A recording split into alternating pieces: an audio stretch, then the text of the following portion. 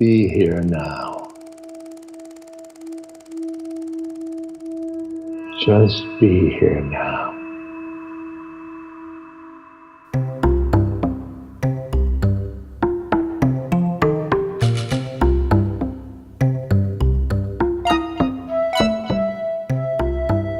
Welcome to Konda Mason's Brown Rice Hour, a podcast that quilts together a fabric of connection between land, race, money, culture, and spirit. Discover a connection that engages with the most inspiring and cutting-edge thought leaders today, pointing toward our collective healing and liberation. If you are interested in supporting the Brown Rice Hour, please visit BeHereNowNetwork.com/Konda.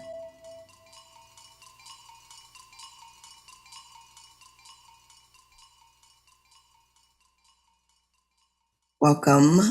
I am Konda Mason, and I am welcoming you back, or for the first time, to the Brown Rice Hour.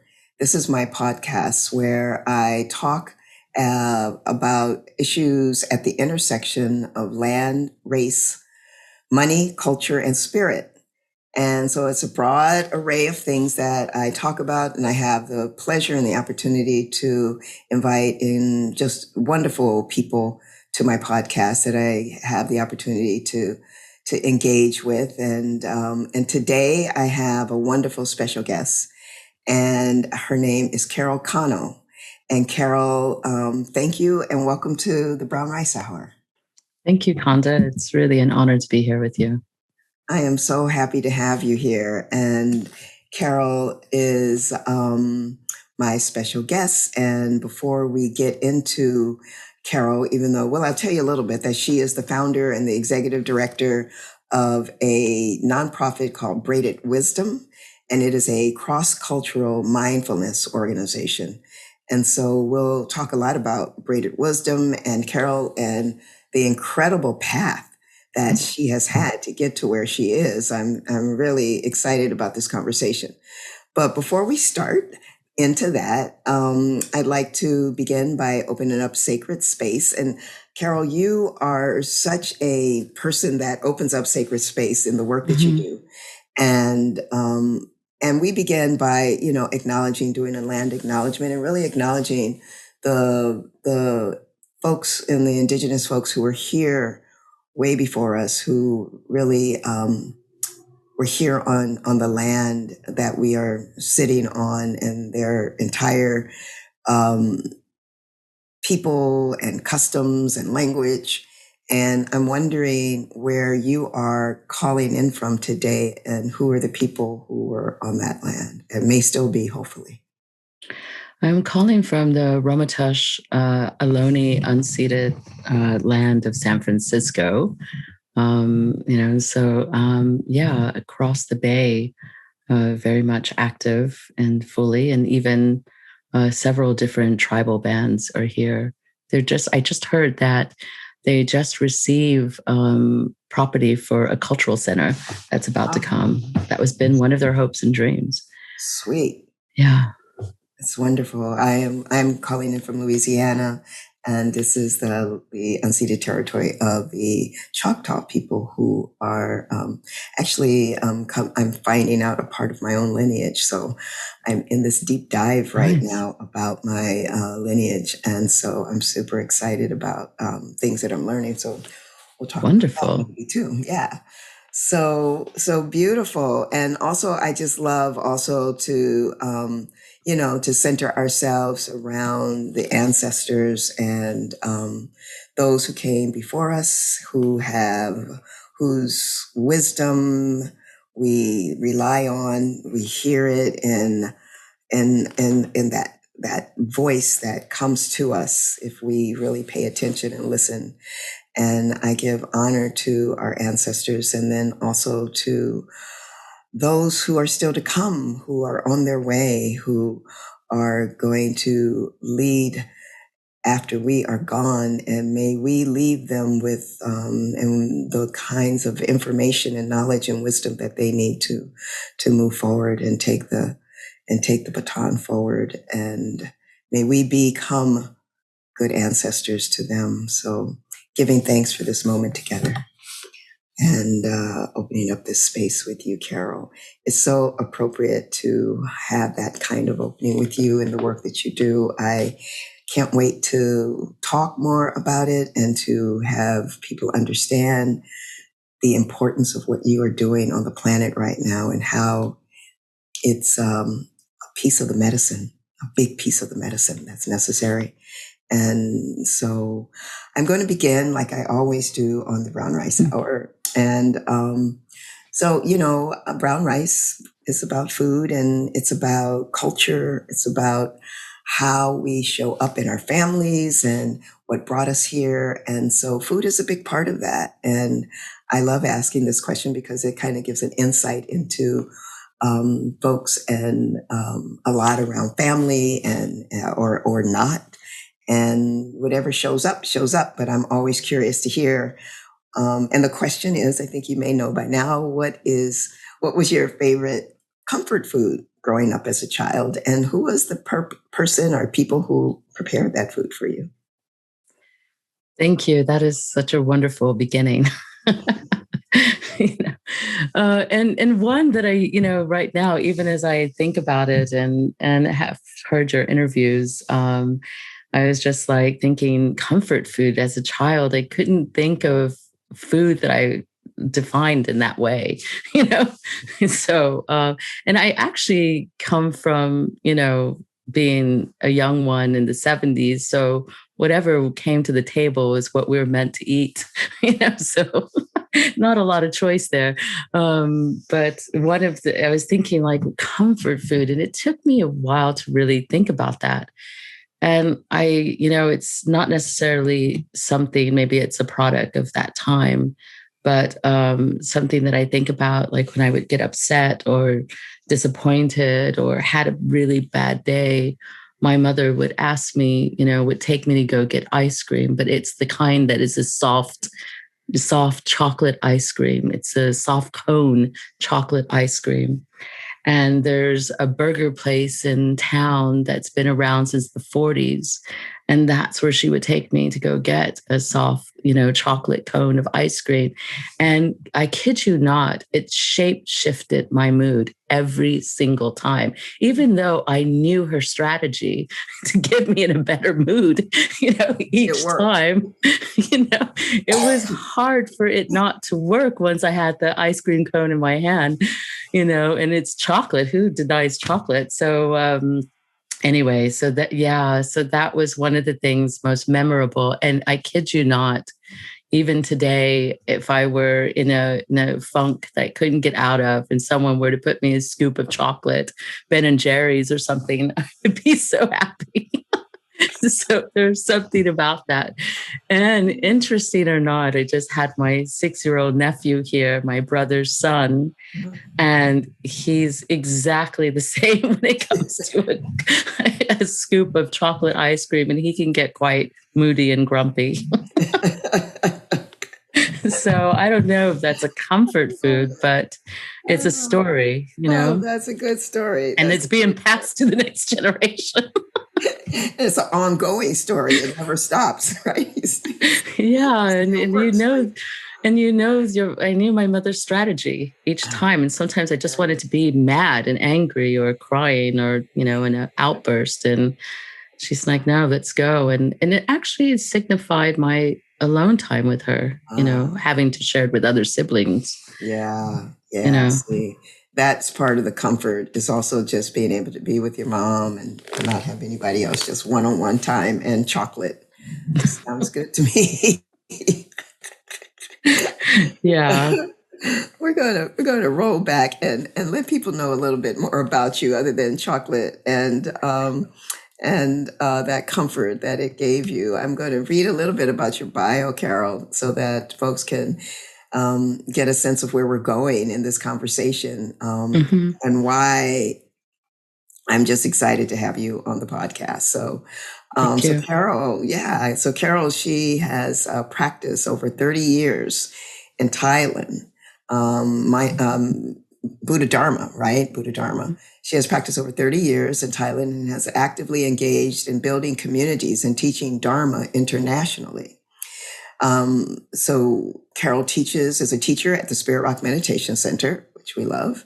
She is a core teacher and former board member of East Bay Meditation Center, which we also love in Oakland. And Carol co-founded Philippine Insight Meditation Community in the Philippines.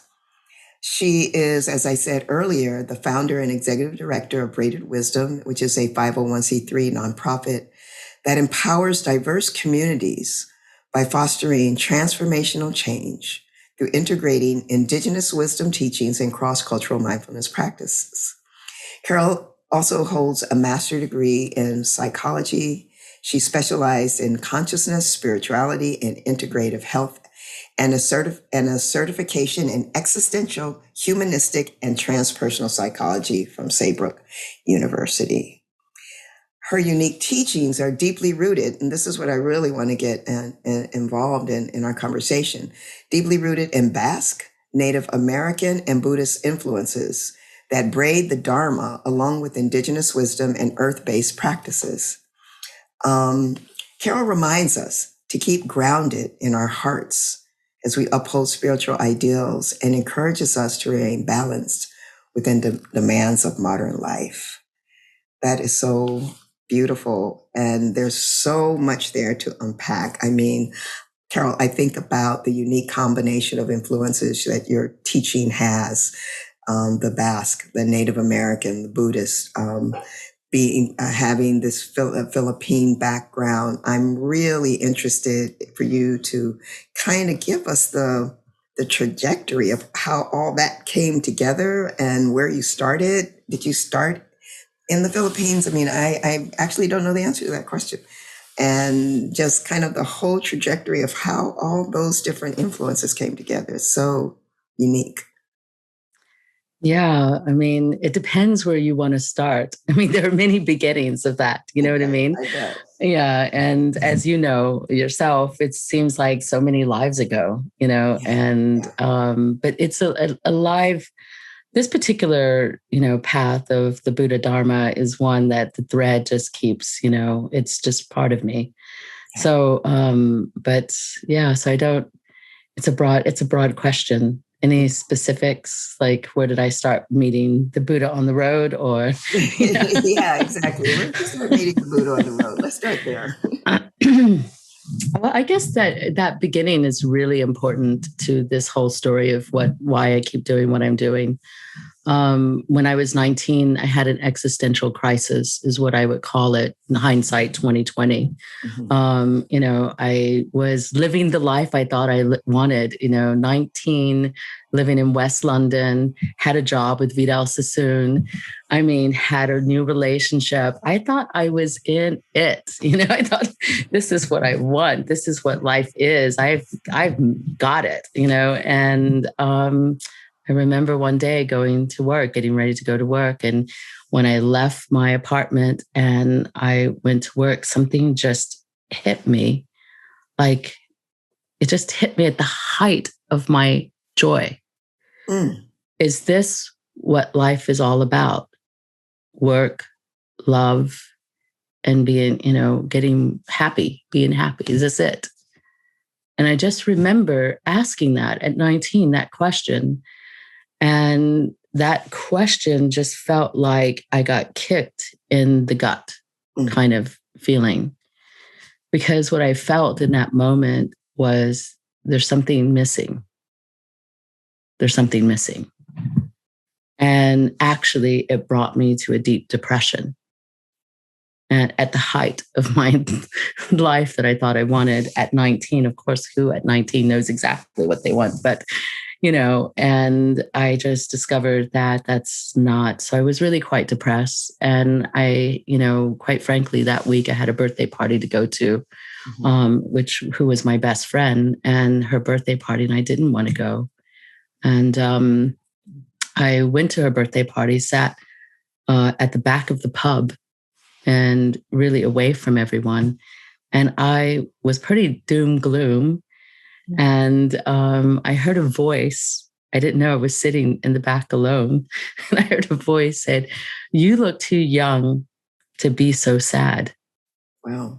This was a real voice, not your inner voice. It was a real voice. And I looked back. I didn't know I was alone. So I turned around and I was like, hi. And I met this older woman who must have been in her 40s at that time. And she just says, tell me, why you look so sad. And for some reason, the connection to that question, I just told her, I just like poured out my heart to her, like just told her what was happening, like what was going on. And she says, I have to leave, right? The conversation was coming to a close. And she goes, here's my card. And I want you to promise me that you call me and we will meet this week. Your story has really impacted me and I would love to continue it. And I thought to myself, like a 19-year-old, self-absorbed, someone listened to my story. I'm definitely going to call her. It's just like, who's this woman? She just listened to me for an hour because, I wasn't around family in London. I was missing my aunties, my grandma, the way I grew up, and here's, this older woman just listening to my story. And there's something familiar there in hindsight 2020. And so I did meet her. That week, I called her, I met her, and it was really at the same location of where I worked down in West London. And I ended up meeting her in this posh hotel for tea. And I just thought that was the strangest thing. I'm meeting a strange woman in a posh hotel for proper tea. And, that's not what I would do at 19. And so I met her, and I remember sitting down at the table. And she just launched right onto, your story has me thinking. It brought up when I was a young girl, my father was in the British Army, and I was a young girl. We lived in India. And one of the most memorable trips I had was in Siam, which is Thailand. Mm-hmm. And that's where I met the Buddha.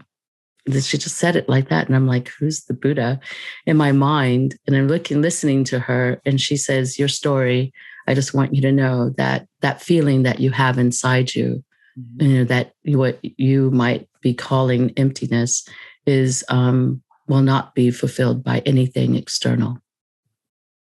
And if you really want to fulfill that, you should really go to the teachings of the Buddha. I didn't know Siam and I didn't know the Buddha. So I didn't understand what was happening. And she handed me an envelope and she said, your story's I've been thinking about it. It's a little too late for myself. And that stayed with me for many years. She's like, it's a little too late for me. But for you, there's an envelope. And in this envelope is my travel agent with 500 quid.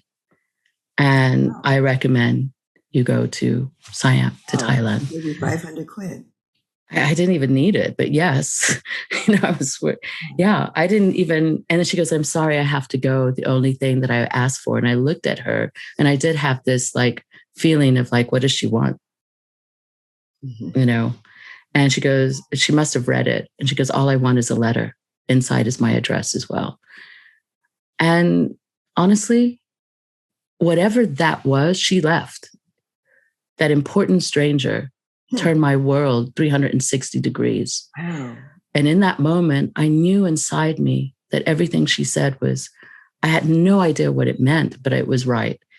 So I called my best friend, my witness of that time, who we still talk to. He lives in Hong Kong now.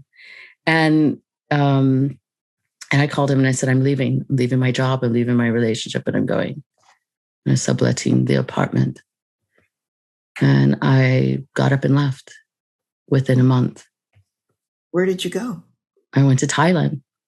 Where? I mean, what did you know? I got a Lonely Planet book. Remember those books, Lonely Planet, to Thailand. And that was all I knew. And I had no idea where I was going. I had no monastery, I didn't know who the Buddha was, didn't have any famous Buddhist teachers. I just knew I was in search for something that I wasn't getting in that moment.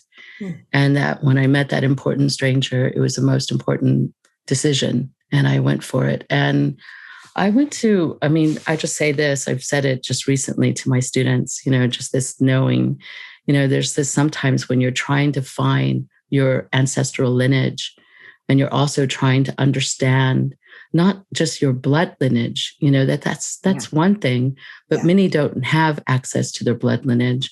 Many don't understand or want to go down that path. Some of us have to go through an adopted lineage to even come home to ourselves and our ancestral lineage, and some of us may be curious of other lineages and other ancestors. Like there's a curiosity of a culture because we were adopted or whatever it may be. And there's a connection to another culture that we have no ties to. Yeah. There's just a connection that's unsaid, unknown, and there's an invitation to explore that. So for me, I would say that I just felt this feeling when I got off the airplane. I kid you not, in Bangkok airport, it's the old airport. The doors would open. The door opened, and I was leaving. I had no idea where I was going. The door opened. I smelled the air and the moisture of the warmth, heat, and I felt in that moment I came home. Mm-hmm. Yeah. And I've not felt like that in about any other country in that way, besides my own motherland. But yeah, I mean, I felt a coming home. And then it was just amazing that the Thai folks that I met just opened up themselves, their houses. I pick a book. I looked through the book of Lonely Planet for monasteries I was drawn to one that ran by a nun. So I picked a small monastery in the province of Saratani in an island called Koh Phangan. And that's where I went to. Mm-hmm. And that's where I started my humble beginnings on the path of the Buddha. Had no idea what I was signed up for. Had I known, I don't think I would have ever went, because I went straight into meditation in monastery. And did you leave your entire life behind in London? Yes. Wow. Mm-hmm. And so then this path, I mean, when I look at the masters in your bio of all the many masters that have influenced you, it's an extraordinary list. And so it looks like you went from one thing to the next. You traveled, you did the massage, you did so many parts of the holistic approach to wisdom. Can you talk a little bit about that? Yeah, I mean, I stayed in a monastery for quite some time, and it was soon after that the head nun invited English teachers who taught. That was my many months later, where Buddhism came in, because I didn't have the language, or it was like watch, hear, do. So here's the broom, go sweep. Right. Meditation hall that way. Sit. Sit. Be quiet. It felt so at home. Right. So after I had lived in that monastery and she wrote a letter to Bangkok, the bigger monastery that's had to bring English teachers. They brought in Steve and Rosemary, who were very young. They must have been 7-8 years older than me. And they ended up staying there for 25 years or later, 28 years. And they ended up even getting married, And so a lot of Spirit Rock folks know who they are. And so I learned about the Buddha when they arrived in the monastery and got the teachings. So it was something that left. But when I left the monastery soon after, like maybe, 14 months later or whatever, I left. I went to a beach resort area where I might find young backpackers, that are my age. And I went that route and I stayed there for a while. And I met a local shaman who meditated and did massages. And that was my first indigenous Thai person that I met who did a healing art that really, he was also, I wanted to work with him. And he was also watch, see, and receive. That was all his teachings. I sat there, watched him do massage. He did massage on me. Thai massage is quite amazing. And then he would go received. And so he would watch me do it. And I did that for about 8 months. So I got into after meditating and being in a monastery, I needed work on my body. I needed to be touched. I needed to be healed. I could feel my body quite contracted. And so that was my first entry. Then I found out that in Chiang Mai, my teacher, who's still his family, still alive, still my teacher. And actually, because of COVID, I haven't been there for 4 years, but I used to go back and forth for every other year to teach as in his schools. And so he has a Thai massage school, Northern Thai massage school. So he's been my teacher from the old Chiang Mai hospital since '89. And he's still around, still looks like he didn't age at all. And his whole family is involved in the family business of massage. And it's quite something. So I got into, really wanted to do something cultural, Thai, that, to understand culturally. And it was part of the culture of, it's in the fabric of being touched in massage. Like, can you imagine if America, we had that? Wow. That would be, somebody would sue somebody for, Well, first of all, we're so uptight here, and for good reason. But, just the hands-on healing is everywhere through Thailand. Thai massage is very common. Everyone receives it and gets it. And so you have learned how to do that as well. Yeah. And I learned from him Thai medical massage. And I really studied under him for quite some time and would go back for more study. And, it just became something I love doing, hands-on healing. So that's where that came from. And then I came to America, came back to America, and I started doing, started going in that trajectory. Certification. And also you have the background of the psychology background, right? And Saybrook and transpersonal psychology and all of that. So was that when you came back to the States, you went in that direction and integrated all of this together? Is that? Yeah. I mean, I think what I did is I, was trying to, interesting enough, I just will say that meditation, I mean, it was hard, Konda, being in a monastery at 19. I came across that grief that I had, what turned into anger. Okay. And the longer I sat, it became rage. And so there was so much purifying, it's a purification practice going into, we're purifying our minds, our body, our spirit. We're purifying everything because you're not moving. You're meeting yourself, all the pieces that you've put away and tucked away and wanted to forget about. It's even pieces of other people that you're born with and thought, how did I get born into this family? Please help me understand that, so there's that component that just is with you. So I remember, in the monastery, I was getting angry. I started, doing my work meditation in the kitchen, cutting vegetables. And then as I was getting angrier, one of the nuns one day brought me with the broom to the furthest side of the monastery and told me to sweep the dirt of the dirt path for walking meditation. That was my now new work, my work meditation. They moved me far away from the knives, so. Right. Had I known that meditation and beating the Buddha was going to bring all of that, there's no way I would have tried, because it takes a lot to be with self.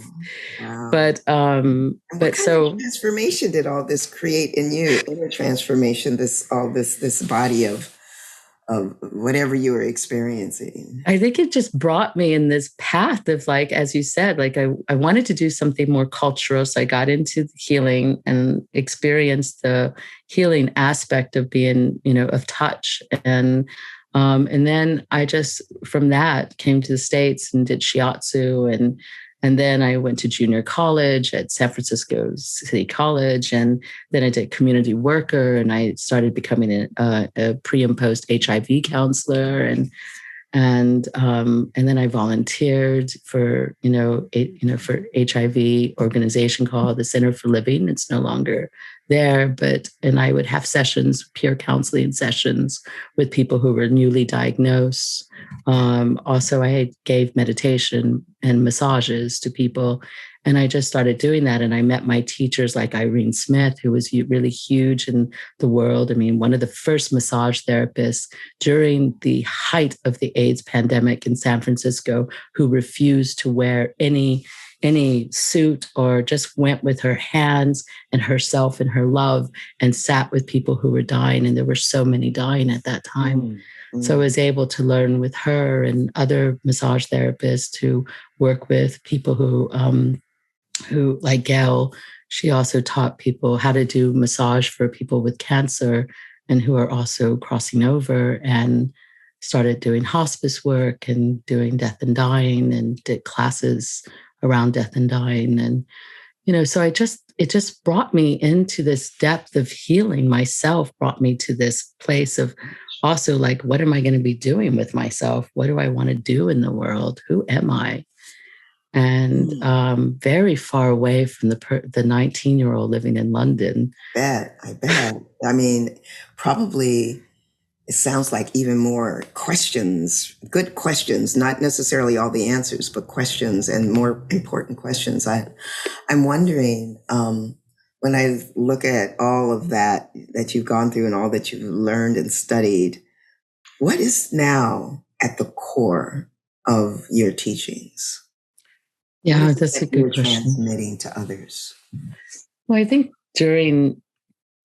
at the core of the teachings, really, if I look back at my life, I had to really go in, as you know, and see what arrived that I needed to overcome with my family. I came from a divorced family in the 70s. So there was a lot there was a lot to unpack. And then there was also, as a young adult, I got, for just a couple of years, really addicted to heroin, actually, after the monastery, wanting to fit into my peer group. And as I was trying to discover who I am and what I'm doing and healing myself, I also wanted to, be around folks like myself at that time. And I didn't. So there was that component that was very real. I consider myself a recovered heroin addict right now. And I don't really talk about that so much because it's not really a part of my life. But, I do teach with people like Villa Massara around recovery, because that is part of my path as well, having to overcome such an addiction. Right. So this self-discovery, I guess what Joseph Campbell would be saying, the hero journey, where I just gone through this dark night of the soul, really coming into this initiatory process, this initiation of who is Carol, what is life? Mm-hmm. And then going to Thailand, and then trying all these discovering, going inward and going into the healing arts, and then trying to find my way as a young adult, which was difficult. And I mean, the Buddha Dharma, house music, all at once, at that time. This is the late 80s, okay? This is the late 80s. Eating the Buddha in house music, right? That was the paradox that I had to hold. But, as a young adult. So, I mean, traveling and leaving home and trying to find myself. Right. I still love house music, but, so there's something there of this self-discovery and this self-healing. Mm-hmm. And what I find right now, when I look back, hindsight 2020, there's so many intersectionalities of who I am. Yeah. Biracial, queer, Buddhist as a young adult, and then coming into my Basque and pre-Christian, indigenous understanding when I met my late beloved Basque elder, Angeles Arian. And then, here I am doing native ceremonies when I came home and wanting to dive into native spirituality and doing, lots of vision quests and ceremonies. And I was seized by spirit and that self-discovery of self-healing. And also there was a lot to heal because it was easy to leave home when I realized I was queer. Mm-hmm. Mm-hmm. So finding one's tribe, right, and where I belong was also the complexity of that. and also healing all of not just my own trauma, or, I don't think, I don't use that word lightly, trauma, but my own experience of broken home, my own experience being brought up in the South, in Texas, of all places, and feeling the motherland of Texas, don't get me wrong. And then having memories of my grandmother and my aunties and the healing that went on in the kitchen and the conversation. It was a telenovela live every time I was in that kitchen. And there was a sense of belonging that I can't explain. And I later in life, probably hindsight 20, was searching for that same sense of belonging. But then the complexity being queer added something different to that. Right. Kind of pushes you away from that belonging in ways, and in a kind of a quiet, secret way. Yeah, I could never tell my grandmother, who was my closest beloved, teacher of the heart. Oh my gosh. So I mean, for many reasons, even being a divorced child, that complexity was hard. No one was divorced on either sides of my family. My mother was Chun's, was seen as, not well received, and for leaving my father. And it was just so intense, the complexity. So I think when I think of what I'm teaching now, that is important is to not leave any aspects of who we are, and to really be with it and to hold it. And that maybe some aspects of who we are not really who we are. That the story that we've been telling ourselves, or the conditions of our own story that influence and shapes our story, is really someone else's story, because we heard a voice that could be a stern teacher or a stern adult in our life. And that story still is with us. That way of perceiving things is still with us. So I invite people to sit and to be with that. Is that even your story? And is that even true? Do you really believe that? And sometimes we find that that's, a ghost that we're carrying. It's like, someone else's condition put upon us. Right. And then at this time, with intersectionality and assimilation as a person of color in this country, and understanding that to survive, one had to assimilate, and especially in the South. You leave your culture at home. Yeah. And there's so much that was left. So that's what I've come to find out, is that there's so much loss and grief. It's not when we just get, an illness or having sat with so many thousands of people in counseling session, whether I worked in a methadone clinic or did hospice or whatever it was, just being with people at a time of finding out that they are challenged to the core of who they are through their addiction or through a disease or through an illness, and then finding that they didn't find who they were. And they still have that question as they're facing their own mortality. And so for me, I think, why not face it now? That's the Buddha teachings. To be with it now. Is that like the sweet spot for you and your teaching, to working with people who are in that inquiry, in that internal inquiry, and around identity and all those parts of themselves? Is that a sweet spot? Yes. Yeah, it definitely is. The cross-cultural mindfulness is not leaving your culture out, but not leaving any part out. Okay. And this is it's a BIPOC-led organization, indigenous-centered. So when we say indigenous-centered, we're looking at earth-based practices. We're looking at, every culture has their own, when I think of cross-cultural, it's like the universal, what are our commonalities, not what divides us. That's an old paradigm of understanding diversity and cross-cultural perspective. In fact, you can get a book now around cross-cultural, still a lot of confusion of understanding that.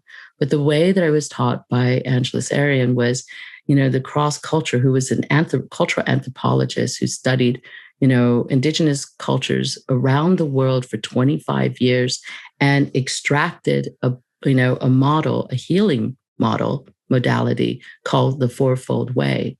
And in this Fourfold Way, there were 4 archetypes that she found and that every culture has. These archetypes with archetypal stories, which is the way of the healer, the way of the teacher, the way of the warrior, the way of the visionary. Because there's not a culture in the world, when you think of what we have in common, that doesn't have the healing arts, that doesn't have their own medicine, that doesn't have their own story, that doesn't have their own dance, that doesn't. So there's so much that we have in common than not. And so how do we begin to bridge our universal understanding? And through that, we come to a place of really working with and noticing our own biasness. I mean, this is what I would say. I realized that by all the intersections of who I was also perpetuating the white colonizer, white supremacist colonizer point of view around a segregation. So all the intersections of who I was segregated internally. Internally? Yes. My queer friends over here, my Buddhist friends over there, my good time Charlie friends over there. I mean, my Native American, community over here. I mean, I didn't integrate, Konda. It took me 15 years to integrate. And I came home. I threw myself into Native American spirituality and 10 years of intense ritual and ceremony, and with medicine people from intertribal, and thank goodness, because a lot of healing, a lot of reclamation inside myself happened. And then I met my Basque elder, which I didn't even know could exist. And I didn't know very much about that broken link in my own ancestry. So to have an elder, I didn't even know my grandparents of that lineage very well. They died when I was young. So for me, that was a connection that was needed. And so, developing that relationship, and then, her life work. She was a mentor to Joseph Campbell. She has 3 PhDs, honorary from 3 universities. One was transpersonal, cultural anthropologist. I can't remember the last one, but she's just did so much work. And I had the privilege to work with her for, 15 years as her mentee. And it made a huge impact. And what her whole thing was, was really bringing in all of those parts of ourselves, in a cross-cultural understanding. Right. Where we could all be at the table, but we can't all be at the table if we haven't started healing ourselves. So let me ask you a question then. So what I'm getting is that the paradigm that you follow has to do with, you talked about those 4 archetypes, and those 4 archetypes is in every culture. And so that's what brings us together. That's our common thread as a people on the planet. And you're doing this cross-cultural work. And it's indigenous inspired and indigenous grounded. So I guess my question is, when I think of indigeneity, I always think that everybody's indigenous to somewhere. But when we think of indigenous, often I think the public thought is that it's socialized as indigenous people like in the United States or in South America or in Africa or in all these brown and black countries. That's that if I'm a white person, I don't belong there, or I'm not a part of that. And so, but yet your philosophy and your teaching is around everybody, and that we all have these parts. And so I guess I'm wondering if you're seeing with the work that you do and the way it is set up. When I look at your website, when I look at the symbology, I mean, it warms my heart. It is so beautiful. And I wonder, is it welcoming to white people who think that oh, that's not for me because I'm not the indigenous people of the planet. Do you know what I'm asking? Yeah, I do. I mean, it's so interesting you said that because I was just listening to an old interview from the 80s with Angela Sarian and Michael Harner. And he was like saying to her, because, her life work is this work. And he was, basically saying, white folks was the first experiential, experiment of leaving their indigenous culture, their European roots. They left it, right? Left it for this whiteness. That's right. And especially in America. They accepted whiteness and replaced their indigeneity of their countries. That's right. And whiteness, last I've seen, is not a culture. It's not. Yeah. No. So there is a coming home there. Mm-hmm. Right. And I remember one road medicine man from the Dying Nation, he would say, nothing is more dangerous than being in front of a white person who doesn't know where they come from. Mm-hmm. Yeah. Because then they'll take and appropriate. Yeah. Very, so that was a very profound moment for me to realize that. And at the same time, I realized that on a human level, that we all have this yearning to belong. Yes, we all do. And then when we take the seat on the cushion, just like with the Buddha Dharma, with the Buddha story, we're being with what's here, that it goes beyond even the identification of who we are. Right. But there's a tremendous amount of healing that needs to happen first. And talk about, reclamation and respiration internally of this. I mean, if the body is of the same elements of the land, then how do we start to repair our own self, and this identity? Well, I feel like when you're saying that it begins with this healing, and internally, I feel that I'm not so worried, even though we are so fractured people, as Black people, as brown people, as BIPOC people from our indigenous land that we come from. However, we do know that it's there. And if we get the right teachers, they can point us to there so that we can actually begin to do that internal healing by going back and connecting to roots. So I'm not as worried, even though we have a long way to go and there's a lot for each individual to do. What I am worried about is, I think, or what's concerning me is when I think about white people who you just said have left their they've left their indigeneity, like don't really know where it's linked to. And as you said, lost in that way and grabbing onto whatever it is that they're grabbing onto. How does that healing, do you work with that kind of healing with white people to help them get to their roots, or do they have to be somewhere before they get to you already? No. I mean, I'm pointing the way, as you said. Mm-hmm. And there are white people who come. I mean, they're the minority in the group. And it's and it takes definitely courage to be in that, to be able to experience that and to know what that's like. By choice. Yeah. I mean, and I meet with my students who are that, and they have formulated with a white elder, because I have elders, that come in and mentor in my programs, and they will hold. I have a white elder who holds the white in both my programs right now, and they have come together and meet, so they have a place to heal together.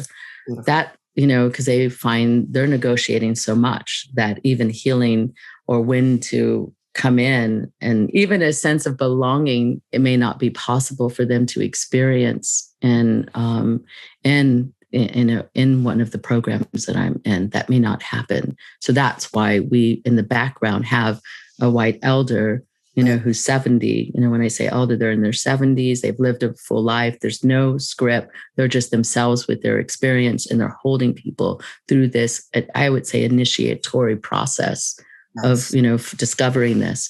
And so for me, I'm pointing the way. It's very, very important that, one, it's not about appropriation. Right. I am pointing the way. And when I say that, I mean rites, rituals, and ceremony is vital to the indigenous-centered perspective because it symbolizes change. It benchmarks that crossroad that one may be at, and it symbolizes change. And that is an important juncture. Yeah. And so I'm pointing towards, like, someone comes in and is like, I don't know what my ancestry. I might be bringing in my a medicine person. I bring in indigenous medicine people to come in, and we do ritual and ceremony, and we talk about it through their tradition. But they're a medicine person. They may give you a prescription. I will not. I will point the way for people to discover who is their ancestral, whether it's blood relative, lineage, what is their medicine wheel? What are the rites of passages that have gone? Where is the land you come from? What is drawing you? And then another piece, oh my gosh, we just had this beautiful speaker, Dr. Madrigal, and who just came out with a beautiful book of mindfulness and indigenous wisdom. Oh, wow. Amazing book. I highly recommend it. I wish I had the book here next to me. What's it called? I'll just have to show it to you afterwards. All right. Well, and it's a family's guidebook to meditation and indigenous wisdom. And she lays out this beautiful framework that, coming from her tradition. And the framework is centered indigenously, and particularly from her ancestral tradition. But it's also broad. There's a lot of common ground with the framework. And it's open to all people to be able to understand this framework and to take it and discover who they are. So we're pointing the way. We're not giving you a ritual and then you take it and you go use it for yourself. No, what is your story? What are your rituals? And then a big component of the program that I teach, which is a very huge component from the work that I did with Angelus, is original medicine.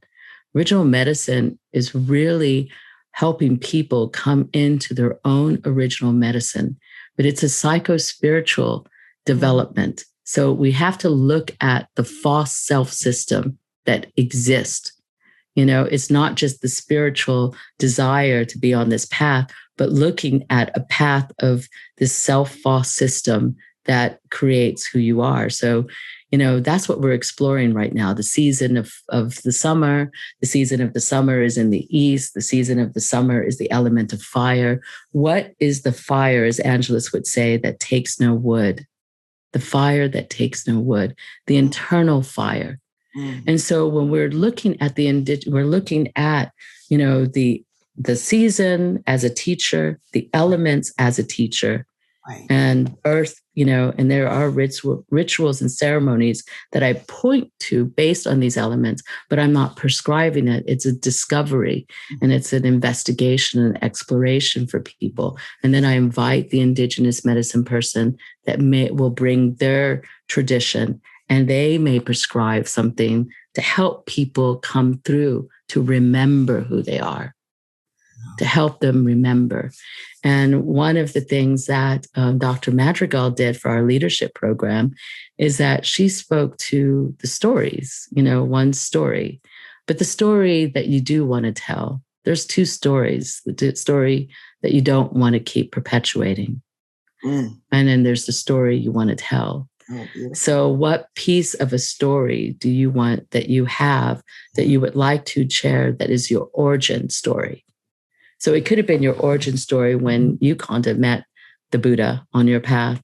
It could have been the origin story that started you off on your first Grammy. It could have been the origin story that has you with Jubilee Justice. There's so many different origin stories here, but it also could be your ancestral origin story. And I think that, those origin stories and remembering them are vital for us to use that in order to discover, what needs to be healed, what's residing in us that no longer needs to be with us, that we can actually create a ritual and let them go. Yes. They no longer serve us. Yes. And so are you, it sounds like I'm hearing you say, which I too think strongly, that in order for us to move forward in a healed way, creating the world that we know we need and who we need to be, that going back to our origin and healing those stories, it has to happen that way. Otherwise, you're living on top of things that either you don't know or that you do know that are not truthful, or whatever the harm is, you're still taking it forward with you. Yeah. Is that? Yeah, you're living an unauthentic life. An unauthentic life. That's right. Yeah. That's right. And your original medicine. Okay, so this is the work of Evangelist again, is pointing to your original medicine. Mm-hmm. There's, is uniquely yours. You're born with the gifts and talents that are uniquely Konda's. Mm-hmm. Mm-hmm. Your fingerprint is not duplicated anywhere with anyone, over 7 billion people. The iris of your eye is not duplicated anywhere. Your tongue print is not duplicated anywhere. Your voice tone is not duplicated anywhere. You bringing your voice forward is medicine. So you discovering these medicines that are uniquely yours, this original medicine of yourself is the medicine the world needs. But in order to get there, we must look at the false self system, as what the Buddha Dharma would say, the realm of delusion, greed, and hatred that lives within us. Right. And they may not just be developed from us. They could be intergenerational work that we have. They could be, things that we picked up along the way that we're kind of dragging along. And then when we end up in relationships with people, whether it's intimate relationships or in jobs or whatever it is, and we're not happy, how are we seeing the world and what stories are we creating?